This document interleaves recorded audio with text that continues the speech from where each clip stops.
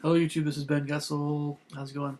I'm going to have 4 different topics tonight in this video, kind of covering a range of different little topics and questions a little bit. And I'm also going to try to have one more video tonight about just a video game that I played recently, and it's just a review of it, but it's that one's going to be a little different. Most of the video games that I try are older. Sometimes here and there. I'm going to still try a new one that's been recommended. So, but a lot of the ones that I will play are older because the older ones I think are still a bit superior to the newer ones a lot of times. So anyway, in many respects. So on to these 4 different topics. The first thing I'm going to have to bring up is has to do with neighborhood watch groups. Okay, so in fact, the larger topic we're talking about here has to do.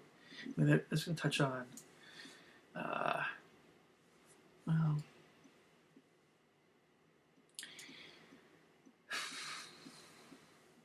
this really touches on a lot of things. I'm just moving this over here a little bit. We're talking about. I mean, you could bring up things like, the YouTube videos involving no trespassing signs, and teenagers that want to go ride their motorcycles or bikes around those big areas that are privately owned, private property. This topic touches on that. Touches on security, private security for and what land is owned by different companies, and what is reasonable to expect or enforce regarding what happens to that land and who can be on it when, and all this stuff. But there's other topics that this touches on. So we're talking about kind of something that isn't necessarily at the outset legal or involving police, but it could. But so neighborhood watch groups are interesting because what you have is they're basically just an organization of parents, right, in the neighborhood that want to make sure that their neighborhood is safe. What's wrong with that? Right? What cannot go so? What can go south about that whole thing? What are the issues? Well, you can also bring up in the same avenue, in a larger scheme, all of the little things that the stuff that happens at the local level with politics and town hall meetings and things. Which one of these days I need to go to a town hall meeting as well. But you could talk about that stuff as well in a similar vein. But neighborhood watch group is just kind of it's just smaller areas, just having to do with neighborhood rather than a whole town, so whatever. So neighborhood watch groups, they're made up of citizens. Right? These citizens aren't police, right? The police can't be everywhere.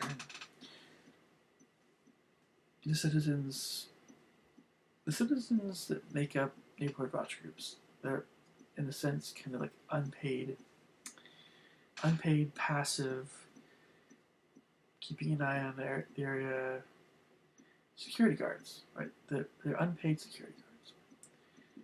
As far as I know, you might have certain neighborhoods where you actually have gated communities where you have paid security, or you have people that are, I don't know, maybe it's part of the with all these. This touches also on the what do you call it? The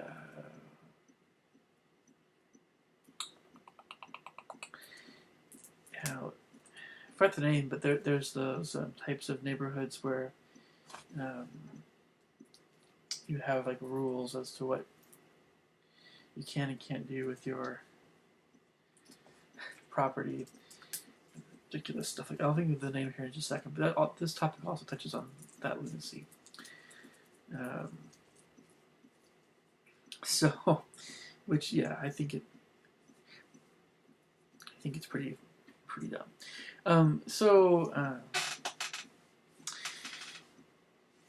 they're unpaid.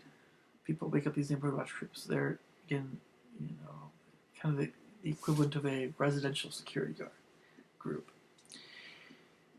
Now, I would like to maybe mention a positive thing here. If you're gone from your house, which, we're all gone from our house at some point. I mean, is there ever a time when, there are times when nobody's home, and you could have somebody, hypothetically break in and steal your stuff. That's why we have alarm systems and things, and immediate, police, there's all that stuff. But alarm systems have their faults as well. What did people do in earlier times? Well, maybe they did need to leave someone home that was armed, in order to keep people from stealing your stuff, depending on, the nature of where they live. But, perhaps it's a good idea to keep your valuables not in your home, but or anything that you don't want stolen in a place that's locked down. Lock anything that you don't want stolen. I don't know what they did in earlier times in a place where robbery was rampant, or people get their stuff stolen all the time. Anyway, it's a really real concern. My dad's building a cabinet, for instance, and where he's building it, it's a remote area, and we're wondering what's going to happen. There's been thefts that have happened before in that area. I'm worried about things being stolen. So, again, we can't always be at our home. So,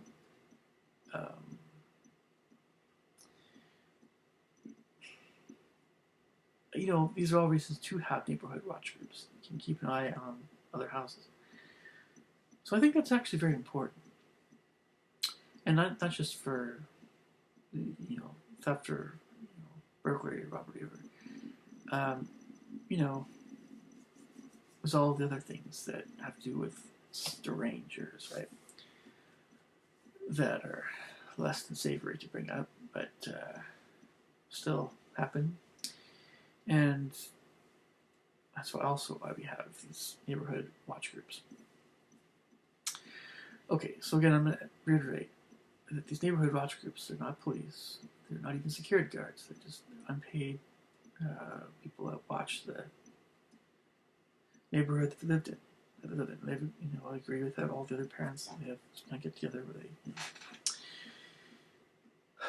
So, first off, and there's so many other things I can mention here, but it takes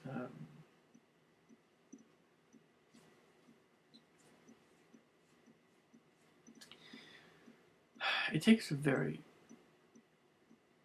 mature and also shrewd, insightful person, as well as maybe someone who it might help if they are physically ready for a confrontation. But you need people that are in neighborhood watches that are very level-headed people. I mean, level-headed. We're talking, they are really, really good judges of character. The more that someone is like that, the better.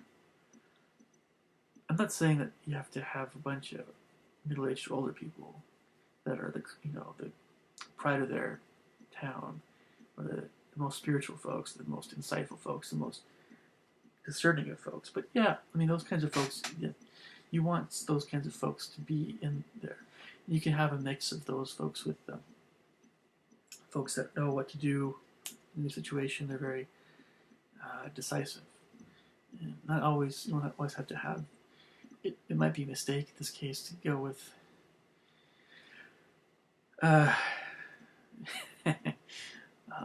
those who are not police officers, but those who know how to handle confrontations that might be sometimes a bit younger, perhaps males.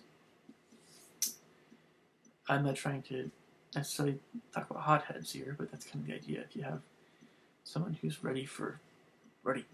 And have their plans and whatever, they know what to do in any situation, and they're kind of approaching that whole thing from a I'm gonna get them, we're gonna get them, you know, get those guys that are trying to.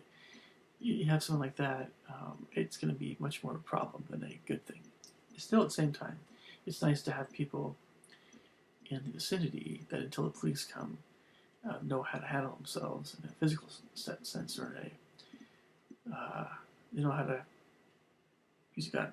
I'm just saying in the worst case scenario, or they know how to use a stun gun, or they know how to use whatever's legal to use. Or that would normally be used, because guns are crazy. I'm just talking about what sorts of folks that are best to have in neighborhood watch groups. But yeah, you need some folks that are pretty shrewd, that can tell the difference between just someone who's lost, someone who's waiting for someone, or some other benign thing, or someone who's up to no good. So,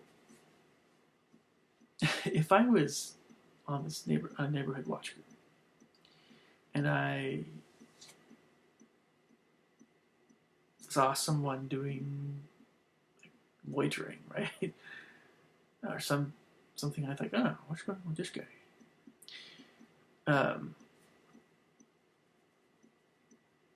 Well, if you have, I don't know how they run them. I don't know how these things are run.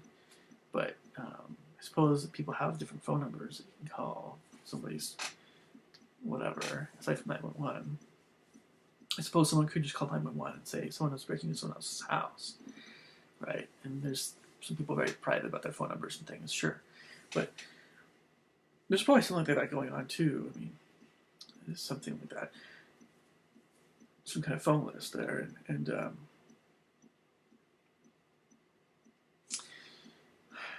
if I saw someone, just, again, loitering, it didn't look familiar, would I go up and talk to him? Would I say anything to him, even from a distance?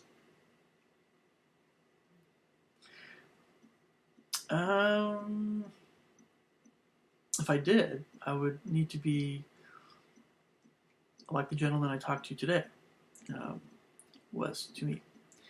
He was respectful, and he knew the questions to ask, and he was fine. And it was, much better situation than the first time that I was waiting for a piano student, and was approached by a gentleman from the neighborhood watch in this area, and was a little bit more aggressive. That I handled myself okay, but that was not a good situation. At least nothing came of it, but I was kind of puzzled as to what was going on there. And I was like, oh, there are people that, if they don't recognize you, because you're the teacher that goes to students' homes, or you're the whatever, tutor, or contractor, or whatever, they don't recognize you, so some people are apt to be a little bit aggressive if they're on the neighborhood watch group. And what I'm trying to say is they shouldn't be. They should be still be respectful. So if I just saw someone loitering or waiting for someone or whatever, something along those lines, I don't know if I would really approach them. I mean, maybe I would. Maybe I wouldn't. I would probably just keep an eye on them. But if I saw that person actually breaking into someone's home, trying to, or looking in the windows it still can be innocent enough. Someone was trying to make sure someone's home. If they think someone should be home, they're knocking on the door, they're expecting them. They look in the window maybe to see, oh, are they home or not? Now we're taught, looking in the window is kind of rude or whatever. But someone could see someone looking in the window from someone at home, and this person doesn't know that person, but that person that's looking in the window could be a friend of that other person that lives there. But the other person doesn't maybe know that. But it does look kind of suspicious. It looks suspicious, doesn't it? Looking in the window. Sure, a burglar might do that. I don't know. There's all kinds of things that burglars and robbers do, and other things that are bad that you could do. So it certainly looks suspicious to do that. I'll tell you what. Once I saw a person actually breaking into a home, breaking in, then I might do something. But again, you could have someone who's just thinks someone should be home, they aren't. So they're so maybe desperate to go to the bathroom, which I think this would be a pretty rare situation, but they have to use the bathroom. And there's no place to go. They have to, it's an emergency. So they find a window that's open, and they sneak through it, and they race to the bathroom and go to the bathroom, right? That could happen. It could hypothetically happen. But if the family isn't home, is that okay to do? But if it's someone that they know, and it's the person just needs to go to the bathroom and then they go right back out, it's not like they're, I don't know. Sometimes we have. I mean, I would think that it would probably be not kosher, but would it be illegal? I mean, if the family, the people that own the home, knew that person, I don't think that that there was no harm done. I don't think anything would happen. But it could go south. I've never done that before. I have to mention though, this is the same. I'll get to these other topics here in a bit, because this topic triggers all kinds of other topics. There was one time when I was teaching piano, and I was in a neighborhood, and they weren't home. That's okay. There's miscommunication. I taught the other family or something. Some of my family is in the same neighborhood. So these people weren't home, so their kids weren't home, so I had to go to the bathroom. So for some reason, there wasn't anybody home, again, in the area that I knew or something like that. So I don't know. So for whatever reason, I had to go. I had to go number one, right? There was an area. I don't know. It was a kind of forested area that was not too far from there. It wasn't too far from the area. It was forested. It was all covered up. So yeah, I just went number one in the forest. I had to go, and I couldn't. I didn't want to break into their home just to go to the bathroom. That's ridiculous. And again, I can't always keep up with what's legal or illegal. I'm assuming it is illegal, but considering the situation, even if I did, it didn't have an alarm. But if it did, I definitely didn't want to do that. So everything worked out okay. But it was an emergency. It was kind of an emergency. I knew I wouldn't make it to another place. So. But it was just number one. Now, what if it had been else had to go number two? Well, gosh, in that case, people have to, grit and bear it and make it to the next gas station. In that case, I think you can do. I mean, well, you could try doing that stuff in the forest, but you need to. We won't get into that. It's kind of nasty stuff. Okay. Yeah, but yeah. So, getting back to my other topic here. Sorry about that tangent. It's connected, of course. If people are traveling, like what I do, going to people's homes, that thing comes up, here or there, what do you do? Someone just isn't there for the lesson, whatever. But yeah, so I mean, if I would be really cautious about ever approaching anyone that was in that, looked like it might be just a regular person. I would be really cautious because, again, you need to know how to say. I mean, this could be regular people. There was one other time when I couldn't find a person's home. It was something church related, whatever, and it was a neighborhood always drove me crazy. I've been there before. I always got lost, and I'd driven around this block a few times, and there was. The neighborhood watch group out, but it was like 3 or 4 middle-aged older guys, and they stopped me, or they asked me to pull down a window, something like that, and then they asked me a few questions. Their behavior was in between the gentleman I talked to today, briefly, and the first guy that ever talked to in this thing. So they weren't rude, but they were very suspicious.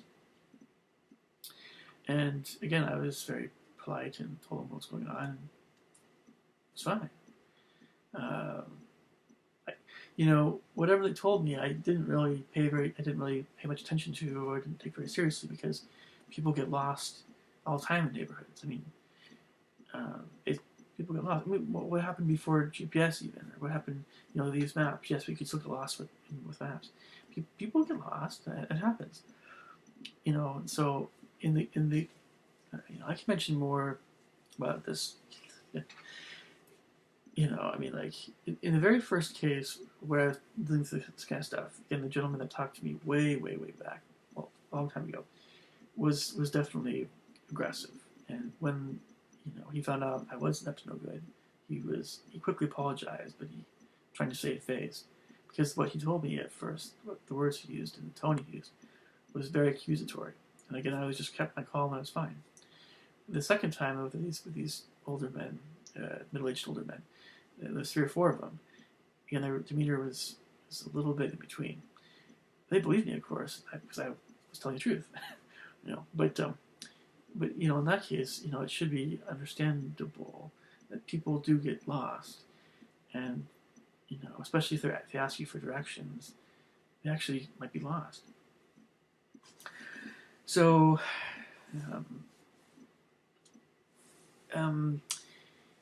I don't know if I want to be a neighborhood watch group.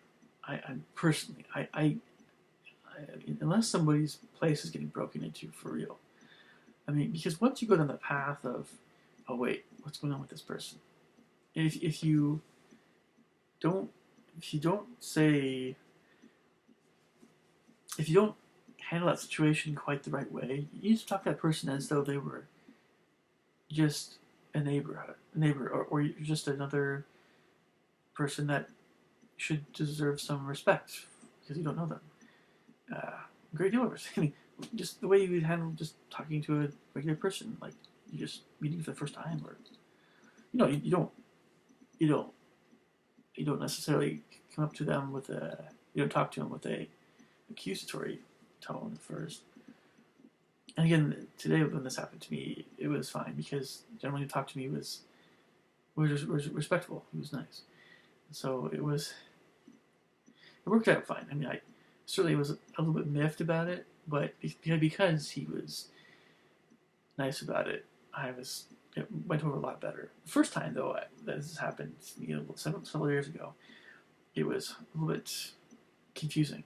I had never dealt with this like this before, and so his aggressive demeanor I was trying to figure out what was going on with that person. And is a neighborhood watch guy, right? But yeah, so my main point here is people in our neighborhood watch groups really need to have a long fuse, which also can apply to people that have been in law enforcement or even people in the military. It's just you don't want to be the sort of person that has a short fuse, or that is you don't want to be a quick to you don't want to necessarily be you don't want to be an emotional person, and you don't want to be the sort of person that's more apt to make wrong judgments about people. So being perceptive, being shrewd, having good character, of course, and just being level-headed and also brave, just very in control of your emotions. Those are the kind of people that we need in neighborhood watch groups. Okay, so I'm going on about this a little bit too long, but gosh, I can make another video about this. I can't tell you how strongly I feel about this. Because these people are civilians, they're not police officers, they're not trained like police officers. Even police officers make mistakes. We see all the videos on YouTube about that all the time. All the things we don't like about cops, right? All the laws we think are unfair. Well, sheesh, neighborhood watch groups, these are civilians just like us, but yet they're putting themselves in a position where they're kind of like security guards. So not officially police, but they're connected that way with law enforcement or with so that's why people in neighborhood watch need to have that kinds of qualities in their character. Okay, going on to the next topic here. I talked way too long about that. No, I've just looked up some Rastafarian or Ital cooking type stuff. Um, if you guys have any suggestions for different recipes, I'm very interested in that. I've noticed a few things about Ital cooking and Rastafarianism. I think I don't smoke marijuana, but it's okay if you guys want to do that, whatever. Um, Basically, there's a lot of different. It seems like there's a core dietary doctrine with Rastafarianism, with Ital cooking, where you don't eat anything that's animal food. No dairy, no fish, no shellfish, no poultry, and certainly no red meat. None of that stuff. Nothing. Nada. And nothing made from animals. I don't think. I don't even think honey is really. I mean, and no salt also, and don't get any processed sugar, and nothing processed. No processed. Everything has to be whole foods. So just whole plant foods. That's it. That is, I think, that's core. That's what it should be about. But again, there's some Rastafarians that will combine that dietary regimen with a little bit of egg, and some that will not have egg but a little bit of fish, right? And then some that might have shellfish in addition to those things. Maybe shellfish is. I think offhand is not done by Rastafarians, but it's just something that's very commonly eaten in the islands like Caribbean, Jamaica, and Louisiana, that sort of thing. So we might associate it, with that area. But I think shellfish is specifically prohibited, even more so than. Eggs and fish are probably fish with scales are probably considered better. If they're clean fish, right? That's considered better than shellfish or some other unclean fish. And I think chicken is sometimes eaten as well, by some restaurants, But again, you start going down that path, and certainly pork is the one thing that is specifically more than anything else, I think, prohibited. But again, because there's this variation, this is what I want to say. It's interesting how, and this is one culture, and the Rastafarians have a lot of so many other qualities about their culture, and church, religion that sound just great to me, right? And me being a Mormon, and of course I don't smoke marijuana. And it's interesting that they, some of their beliefs are really interesting. Okay, but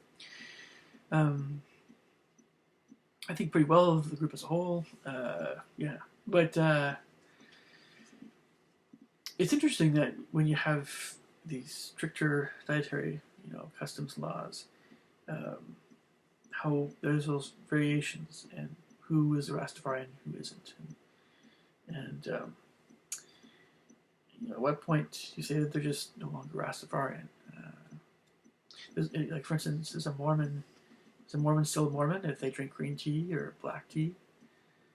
Are they still Mormon if they drink Coke, caffeine, Pepsi?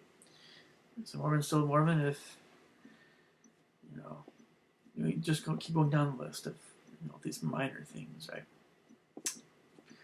Caffeine is definitely a minor, very very minor thing. It's technically not good, but it's not, I don't know.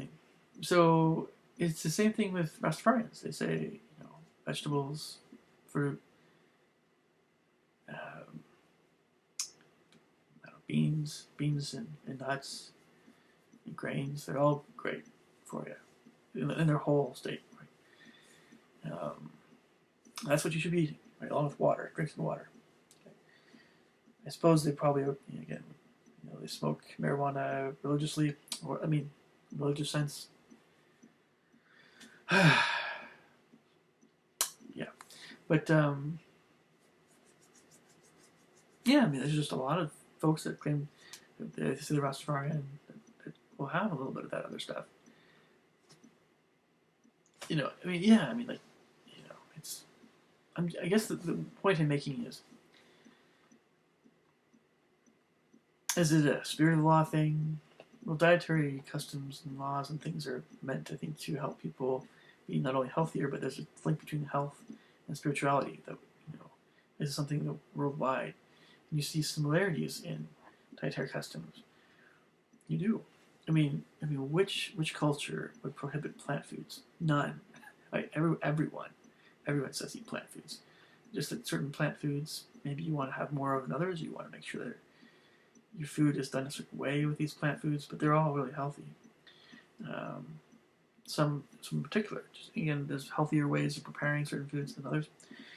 It's the animal foods that we watch out for. But the question is, do you eat them or not? Well, sure, yeah, but not as much as plant foods, right? And then there's the question of tea and mushrooms, wild mushrooms, and all these other things essentially get to the drugs, alcohol and drug end. How many cultures prohibit pork and bacon? Religions, how many of them do? A lot. Many. And how many prohibit shellfish? Not as many, but there's still some. How many prohibit beef? The very first one, right? Hindus. Hindus cannot have pork or beef. I know that Muslims can't have pork either. Lamb is a big deal. Lamb and goat, if they want to have some red meat. I believe the Jews, it's prohibited to have pork as well. I'm not sure about that. I'm pretty sure it has to be it's kosher. And also it needs to be kosher if you're Orthodox or it's more if you're Orthodox, right? If you're if you're Mormon or you're Seventh-day Adventist, right? We get into the caffeine thing and coffee and alcohol and drugs. We talk about that a little bit more. And there's other churches like that. And again, there's other religions outside of those guys that will prohibit things like certainly drugs, but like alcohol and smoking and stuff. Smoking is I see Hindus smoke. I don't know how so it just but they see there's some similarities. There's a lot of similarities with these dietary customs. Anyway, your thoughts, of course, about Rastafarianism and Ital cooking. I definitely will read them. Okay, so this last one is kind of mixed. I'm going to combine these two. It's called avoiding saying things in mixed company that might offend someone, as well as trying not to take offense when that happens. Oh man, some people just, they don't think about what they say before they say it. But there are all kinds of reasons why, and those reasons differ widely depending on someone's personality and all kinds of other factors. But this is something that many of us will do at some point or another. I think most of us will.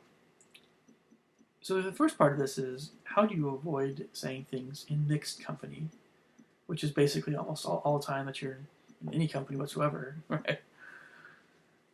Because even if you take someone from a group of people that are all relatives, or go to have all the same religion, or they all have the same political views, they all have the same whatever, they're still going to have different personalities and different circumstances in life. And there are certain subjects that they're really more sensitive about, and you can't always know what they are. That's what I'm talking about. So, that's part of it's just going to happen, right? Or, it could be someone from Germany and someone from the United States, and they're actually all relatives, but they've lived in different countries for such a long period of time that they've, the culture kind of gets to, affects them a little bit, But how do you avoid saying anything that might offend someone? Again, talking about more than a few people, one or two people, and talking to at once, especially. You only talk about safe subjects? Well, I think what you do is, if you talk about politics, if you talk about politics, or anything, certainly anything sexual, of course, but also anything having to do with romance, love, dating, right? Any of that stuff. So politics, certainly sex, but also love and dating and marriage. Also, certain other topics that might touch on religion, depending on the subject, perhaps. But also things like, there's certainly other topics. Um,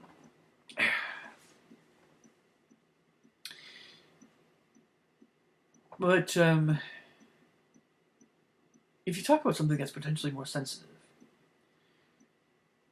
you should probably, before you say what you're going to say, just say, okay, folks, I got a thought here, but I hope this doesn't rub anybody the wrong way. I apologize beforehand if it does. If someone says, "Oh, but if you say that, see this disclaimer," that doesn't really change the sting of the sensitivity of the topic to someone. You're just trying to get out of it, right? Well, no, actually, that is if you are sincere about saying that, then the sincerity will be felt, and if what you're saying isn't overly sensitive, and most things aren't, then I think you'll be fine. So that's the best I can tell you, because there's all kinds of situations where somebody will take offense, right? That's something they shouldn't. There are times when I think perhaps it's much more reasonable for someone to be upset about something that someone said. But there are many times when it isn't. Increasingly in modern society, there's so many people that are on edge about stupid things like racism. Again, I mentioned this in another video. If someone's racist, it means that they want to take someone out somewhere by drag them out to the forest and kill them for being black or something, right? That's what racism means. But you might think race is a sensitive topic in general with mixed conversation, and it can be. But I think, depending on how you talk about racial subjects, I'm not talking. A lot of times, most people, most of the time, it isn't race race can be a less sensitive subject than love and romance for a lot of people that are good friends with each other, because we're already kind of familiar from comedians a lot of times we're already familiar with all the stereotypes. So when someone talks about a racial or cultural stereotype or whatever, we all know it's a stereotype. Ha ha ha! That's funny. You're right. We know it's nothing personal is meant by it. We know if we're friends, And there's some things I would never still say to people that are friends that are different races. Some things I would never say. Maybe that might depend on the person, but yeah, love is a emotional subject, right? So you don't talk to somebody who's had anger issues in that area, and you don't talk. If you talk someone's ears off about some subject that's even remotely related to that subject, what's this other person gonna feel or think? That's something to keep in mind. Yeah,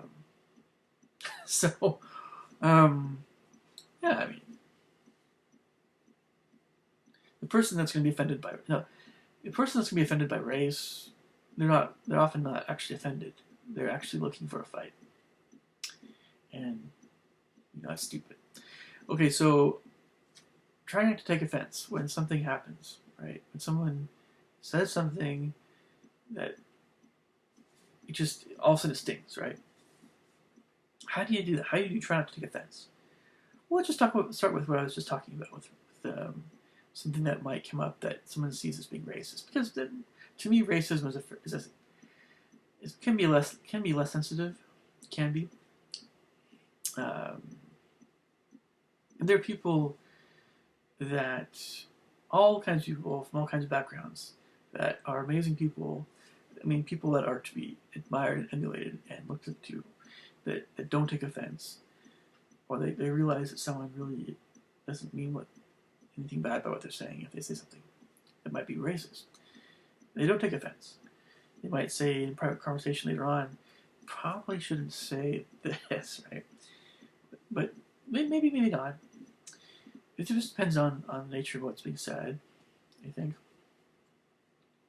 If you have, I think it's reasonable to say that if you have a bunch of Mexican guys, for instance, and they maybe were working in the orchard over the summer, they might joke, right? They might joke with some other people they're friends with, other backgrounds. Hey, just don't report us, right? Whether or not, we don't know if they're illegal aliens or not. I'm just, if the Mexicans actually say that, if the young men that are Mexican actually say that, oh, man, just don't and they're joking, right?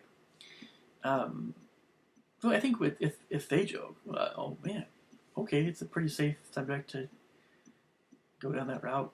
But you probably would just laugh unless I wouldn't say anything back. But it would probably go over okay if someone, I don't know. I still don't think I'd be comfortable with saying certain. I can see some of the people making similar jokes, but I sometimes wait for that person to say something like along those lines. Every situation is a little different. I think what I'm trying to say is that there are a lot of people that definitely, and I'm going to get to the other subjects here in a bit, and this will be right, but there's a lot of people that purposely try not to take offense. I mean, they actively just, nope, I'm not going to take offense to this. You could say other things that are more cultural. I'm not saying you have to say to an Asian guy who's older, he's just practicing Tai Chi or something. I'm not saying. I'm not talking about the idea of coming up to him and going, "Hey, Mr. Nuggy, show me some moves." Oh yeah. I'm not just talking about that, And then of course the old man, laughing a little bit or whatever. Like, oh, you watch too much TV or something. Watch too much TV. Maybe the old man might not like that. That stereotype. But I've seen people not take offense to things that maybe a lot of people could take offense to. It's always it's stuck with me for a while. So for me, I try not to take offense. It was hard. It's hard. What things? Okay, here's the question: What things should someone reasonably take offense to? Well, there's it's a conference talk even by one of the leaders of my church that talks about how we shouldn't take offense. No matter what someone's said, no matter how bad it is, no matter how hurtful it is, no matter what it is, we shouldn't take offense. And that's coming from one of my church leaders. Whoa, that totally flies in the face of the behavior of so many people in the world. And there's times I've taken offense, so I have lived up to that ideal, But how can you live up to that ideal? Is it, it's an ideal. It's pretty lofty. To never take offense to anything. Well, what does that mean to take offense? Well, it means to become angry with someone. This is an idea of being proactive, about being, turning the other cheek, right? We get the wrong idea about what Jesus talked about, turning the other cheek. We get the wrong idea all the time. We think it's something like passive or something that's cowardly or that's no, not at all. Not at all. That there is that side to what happens if someone really is afraid of someone. But when you don't take offense to something, what you're actually doing is you're saying, is an inner dialogue. You're saying, when this bad stuff is, or whenever this thing happens, right? It could be as emotionally painful. Like when you get stung by a bee, it's physically extremely painful, right? Some bees more than others, but when something emotionally stings you, it can be a similar kind of thing where there's this immediate whoa, it feels like you're being punched in the gut, in your soul, or maybe like a little slug or something, maybe whatever. But so how do you not take offense? Well, you keep your mouth closed for a bit. You can try counting to 10, which might look awkward in social situations. There are people that do that, but they're kind of seen as being a little bit Asperger's ish or autistic, and that's whatever. Hey, look, if someone's counting to 10 to avoid being upset with you, I think you should let them count to 10. Instead of judging that person. Well, more on that here in a bit, and I can relate to that person well. That's for a different subject, for a different time. But I think, but basically, yeah. I mean, like there's just the, getting your mind clear enough, getting your emotions. You're actually trying to do some self-regulation. What you're trying to do is trying to say, "Oh, I know I'm upset, but I'm not. It's not something I want to lash out at. Right? I don't want that to show. I want to, clamp down my lip and just, turn the other cheek." I have to say this too, in case you're wondering, you might see on YouTube a video with Jeffrey R. Holland, Elder Holland, my church, talking to a gentleman about Joseph Smith. Oh yeah, believe me, he mentions things, and there's times Elder Holland does that. You see that with quick twitch, he kind of clamps down his mouth. What he's trying to do is he's trying to be respectful to that man. He's trying his best to not show anything remotely angry. Right? He's trying to be Christ-like. He's trying to be kind. He's trying to be level-headed. All these things that I'm talking about. And I saw it right there in this interview. And it's one of the countless reasons why, these people are leaders. They have amazing, they're amazing, right? But basically, how do you not take offense? Well, what I'm talking about, it's a internal thing. If something stings, you can mull it over. If you're upset enough, I've tried talking to people about things that have upset me. If I go about it in a kind way, most of the time it works out pretty well. I can't always guarantee it will always work out well. Sometimes you just have to kind of grin and bear it, or grin in a nice way and bear it. You can always try getting more aggressive with people, but let's see what that gets you in the long run. No matter who's right or who's wrong, because ultimately, I've often felt that I was in the right. That I was wronged. I probably was in so many cases, but we don't always know why people say what they say. If it truly was sinful what they said, okay, but at least don't add to the sin by having them get angry after they said something. There's ways of multiplying something that isn't so great. You want to squash it, even if it's it's. And what I'm saying is extremely difficult to do. And then if something is still kind of hurting you, you can always. There's all kinds of ways to get rid of it, right? All kinds of ways. And sometimes it takes a long time, and some things we don't fully get rid of until we have.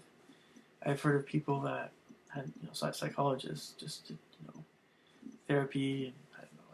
There's all kinds of things that really are real solutions to some of these things that don't involve immediately lashing out and saying you are this way.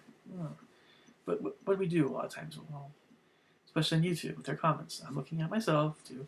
What do we do? Well, oftentimes go right after the person. Says something dumb. I think what I'm trying to say is it's probably not the best way of doing things, but it's so easy to do that online, isn't it? Yeah. So a few thoughts for you guys. I'm trying to keep this video from going too long. So neighborhood watch groups. You can make some improvements to them, and it's not always a good feeling to feel like you're seen as a stranger, and when you're not. But they are there for a reason, and they should stay for a reason. Just make sure that you have people in those watch groups that are very, very, very mature and level-headed people. That's my point. And a little bit on cooking and Ital cooking, and about not taking offense. All right, I'll catch you guys later. Take it.